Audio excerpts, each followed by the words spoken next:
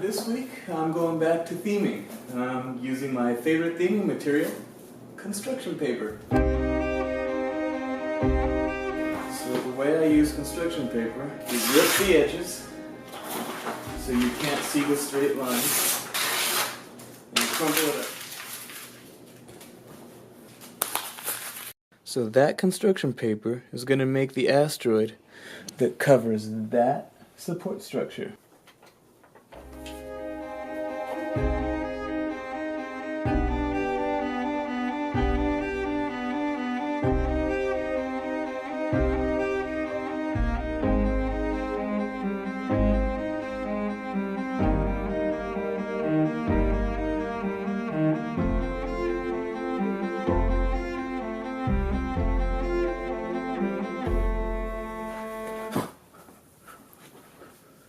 Time to take a little break from that because I'm tired of gluing stuff. And we have some other theming elements to add.